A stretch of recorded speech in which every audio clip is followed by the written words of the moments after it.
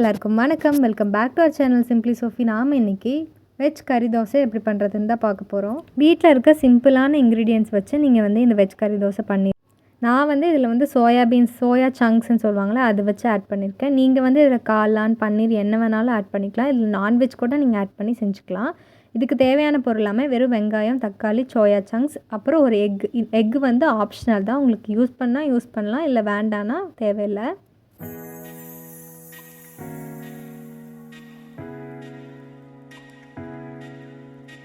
First அடுப்பு பற்ற வச்சுட்டு கொஞ்சமாக எண்ணெய் விட்டுட்டு இதில் வந்து சீரகம், கடுகு இதெல்லாமே வந்து ஆட் பண்ணிக்கலாம். நெக்ஸ்ட்டு இதில் வந்து ஆனியன், டொமேட்டோ என்னென்னலாம் வச்சுருக்கோமோ அது எல்லாத்தையுமே போட்டு நல்லா வணக்கணும்.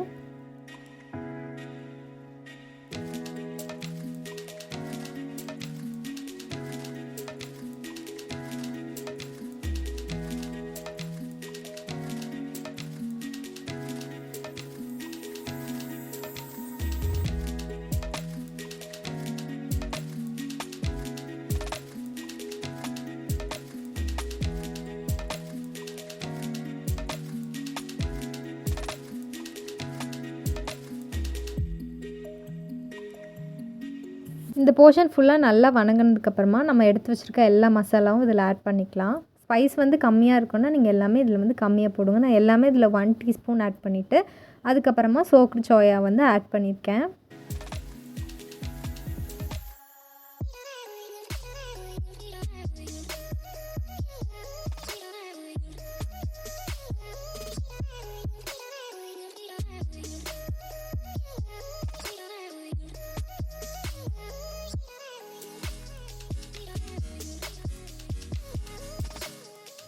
இந்த டைமில் வந்து கொஞ்சமாக தண்ணி ஊற்றி அதை வந்து நல்லா வேக விடணும். ஒரு 5 மினிட்ஸ் வேக விட்டிங்கனாலே போதும், ரெடி ஆகிடும். கொஞ்சம் நல்லா ட்ரை ஆகிற அளவுக்கு நீங்கள் வேக விடணும்.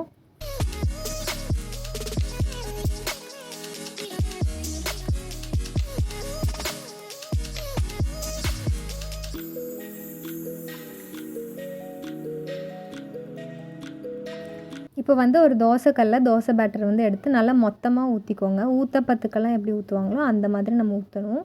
இது வந்து ஒரு சைடு நல்லா வெந்து வேகணும். அதுக்கப்புறம் ஒரு சைடில் வந்து நம்ம வச்சுருக்க மசாலா வந்து இதில் ஆட் பண்ண போகிறோம். இதில் வந்து நான் எக்கு வந்து ஆட் பண்ணியிருக்கேன். அந்த பேஸ் வந்து நல்லா ஒட்டணுங்கிறதுக்காக. இது இல்லைனாலுமே நார்மலாகவே நல்லாயிருக்கும்.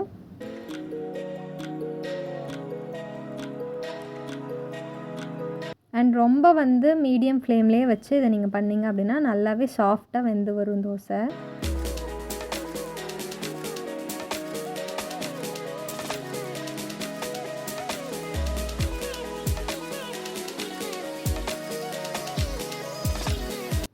இப்போ இதில் வந்து தேவையான அளவுக்கு நீங்கள் மசாலா வச்சு நல்லா ஃபில் பண்ணணும். ஒரு சைடு வந்து நல்லா வெந்ததுக்கப்புறமா திருப்பி போட்டுக்கலாம்.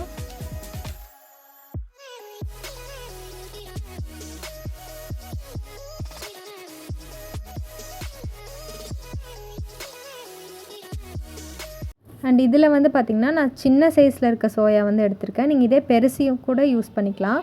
பெருசு இது பண்ணுறப்ப திருப்பி போடுறது கஷ்டமாக இருக்குன்னா அதை வந்து நீங்கள் வந்து பிச்சு போட்டு யூஸ் பண்ணிக்கலாம். மேலே வந்து ஃப்ளேவருக்காக நான் பெப்பர் யூஸ் பண்ணியிருக்கேன். உங்களுக்கு தேவைன்னா நீங்கள் வந்து ஆட் பண்ணிக்கலாம்.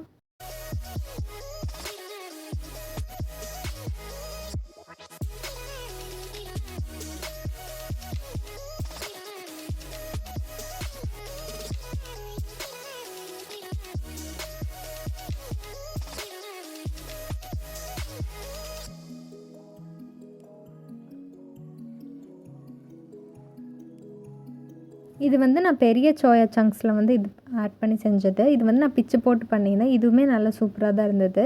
உங்களுக்கு சிக்கன் மாதிரி எஃபெக்ட் வேணும் அப்படின்னா நீங்கள் கண்டிப்பாக பெருசு யூஸ் பண்ணலாம். ரொம்பவே நல்லாயிருக்கும்.